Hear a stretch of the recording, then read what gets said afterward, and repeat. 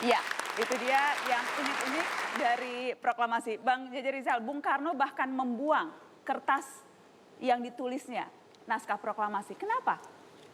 Ya, itu juga pertanyaan yang aneh ya menurut saya, kenapa Bung Karno membuang teks proklamasi. Untunglah dipungut oleh BM BMDIA. Dia. Dan kemudian kita baru tahu lebih dari 30 tahun setelah kemerdekaan, dan kemudian kita bisa lihat bagaimana di dalam teks yang asli itu banyak sekali coretan begitu loh. Kenapa Bung Karno membuang? Apakah ada reason atau alasan tertentu? Saya pikir dia ingin memutus segala macam perdebatan ya yang terlihat di dalam teks itu.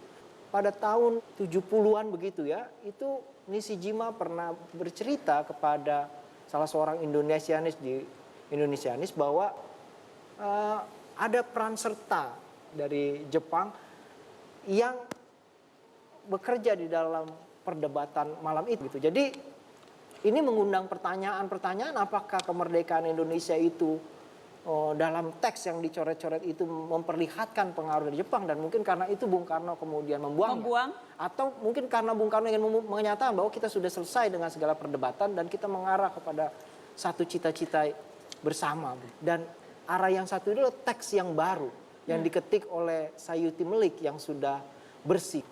Oke, bukan bermaksud untuk membuka perdebatan lagi, tapi saya ingin tunjukkan memang ada perbedaan antara naskah yang ditulis asli oleh Bung Karno dan kemudian yang diketik oleh Sayuti Melik. Kita lihat perbedaannya misalnya, yang dicoret pertama penyerahan dicoret menjadi pemindahan kekuasaan. Kemudian ada lagi diusahakan kemerdekaan, hal-hal lain diusahakan dicoret menjadi diselenggarakan. Menurut saya yang menarik dari coret-coretan ini, seperti saya katakan tadi, pada malam ketika ini dirumuskan di Rumah Maeda, itu terjadi banyak perdebatan. Nah, kita tahu teks proklamasi itu ada beberapa kelompok yang membuat. Kelompok Sahrir membuat, Hatta membuat, begitu ya. Lalu pada malam itu, masing-masing itu tidak ada yang membawa. Bahkan Hatta yang tengah menyiapkan teks proklamasi itu juga tidak membawa. Maka kemudian diputuskan, Hatta mendiktekan, Soekarno menulis, kemudian setelah selesai mereka bacakan dan meminta tanggapan. Dalam meminta tanggapan itulah kemudian terjadi perdebatan. Yang jelas kata-kata diusahakan dicoret diganti dengan diselenggarakan, karena rasanya kalau proklamasi diusahakan agak berbeda begitu dengan proklamasi yang diselenggarakan. Kemudian ada wakil bangsa Indonesia diganti menjadi atas nama bangsa Indonesia. Nah, ini cerita soal wakil bangsa Indonesia menarik ya menurut saya, karena malam itu Bung Hatta menawarkan untuk meniru konsep kemerdekaan Amerika, di mana semua yang hadir tuh ikut menandatangani. Bahkan Bung Hatta bilang kita sedang membuat sejarah, tapi semua menolak, dan kemudian ada usul kalau tidak salah dari Pak Soekarni ya, agar ditandatangani oleh Soekarno Hatta atas nama bangsa Indonesia, dan semua bersepakat. Maka keputusannya adalah ditandatangani oleh Soekarno Hatta atas nama bangsa Indonesia. Atas nama bangsa Indonesia. Baik. Yang banyak kita dengarkan itu adalah suara Bung Karno membacakan teks proklamasi, dan itu pun ternyata rekaman, Bang Oscar. Itu bukan pada saat asli dibacakan di 17 Agustus. Kapan itu? Kalau nggak salah menurut memoir Yusuf Rono Dipuro ya, itu dibujuk lah Soekarno untuk membacakan itu pada waktu peresmian saluran pemancar ya, pemancar radio yang pertama, dilakukanlah perekaman itu. Nah, rekaman yang seolah-olah itu direkam pada hari H-nya. Gaya Bung Karno ketika membacakan ulang itu adakah perbedaan, Bang Jeje? Ya, mengutip lagi autobiografinya Ibu Padma, yang menarik Bu Padma tuh menceritakan suasana batin Bung Karno ketika dia membacakan teks ini. Bu Padma tuh cerita bahwa dia tidak pernah melihat suaminya sesemangat ketika dia membacakan teks proklamasi hari itu. Bagaimana dia begitu bergelora ketika membuka pidato dia sebelum teks proklamasi. Itu pengakuan dari Ibu Padma.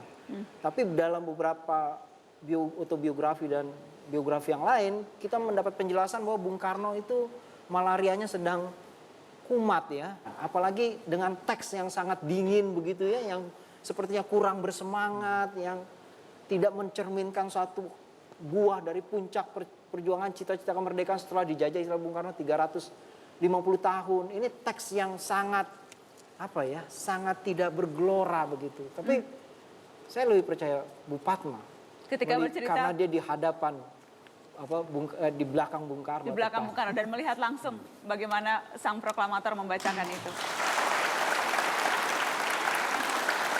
Baik, penutup. Apalagi yang menurut Anda penting, Bang Rizal dan Bang Oscar? Apalagi yang penting yang seringkali terlewatkan kalau kita bicara 17 Agustus? Penutup. Ya, saya pikir yang pertama adalah kita memiliki sedikit sekali informasi tentang peristiwa sejarah yang sangat penting di dalam sejarah kita sebagai nation begitu loh.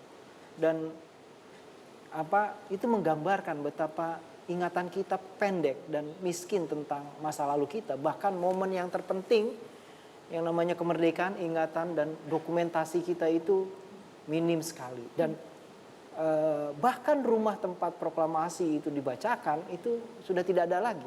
Dan di mana proklamasi itu dibacakan kalau sekarang kita datang ke Jalan Pegangsaan kita bingung karena ada 3 monumen di sana. Di mana sebenarnya Bung Karno berdiri? Apakah di monumen kecil ya yang didirikan pada tahun 1946 atau di monumen yang didirikan pada masa Orde Baru tahun 1980 yang patung Soekarno-Hatta membacakan teks proklamasi, atau di patung yang lurus tinggi di atasnya ada kilat itu? Di mana yang benar? Nah, ini menurut saya contoh gambaran yang menggambarkan betapa kita semrawut pikiran kita tentang masa lalu kita bahkan di momen yang terpenting. Momen terpenting pun kita semrawut. Jadi yang kita lakukan sekarang adalah berusaha mengais-ngais dari apa yang tersisa dan merekonstruksi ulang peristiwa yang begitu bersejarah. Mudah-mudahan malam ini bisa sedikit dilakukan itu. Terima kasih Bang Jaja Rizal sudah hadir di Mata Najwa. Bang Oscar, apa yang menurut Anda yang paling penting kaitannya dengan apa yang Anda lakukan, profesi Anda, kurator, foto-foto begitu. Kalau kita bicara foto-foto bersejarah, memang itu juga yang Anda rasakan susah sekali mencari dokumentasi peristiwa-peristiwa penting negeri ini? Nah, kita ngelihat bahwa begitu banyak sebetulnya peristiwa-peristiwa yang terlacak dan kita sendiri kadang-kadang melakukan sebuah kerancuan ketika membiasakan diri untuk menggunakan sumber-sumber di luar sumber pertama. Dokumen-dokumen yang penting yang harus kita lihat tersimpan sebagai rahasia negara. Apakah nggak lebih baik kalau itu dilihat oleh publik? Saya mengutip sejarawan Asfi Marwan menyatakan bahwa coba bayangkan apa jadinya Indonesia kalau nggak ada sepotong gambar dari Mendur Bersaudara. Apakah identitas kita hanya bisa digaungkan dengan omong kosong aja? Maka fotografi menjadi penting. Anak-anak sekarang bilang no pictures hoax katanya. No picture berarti hoax begitu. Sekali lagi terima kasih sudah membawa 13 foto yang amat sangat jarang dilihat publik ke Mata Najwa. Mudah-mudahan bisa sedikit memberikan gambaran tentang peristiwa bersejarah itu. Terima kasih sudah hadir. Tetaplah di Mata Najwa, kami kembali sesaat ini. Revolusi berada di tangan kami sekarang. Dan kami memerintahkanmu, kalau Bung tidak memulai revolusi malam ini juga, lalu kami... Lalu apa?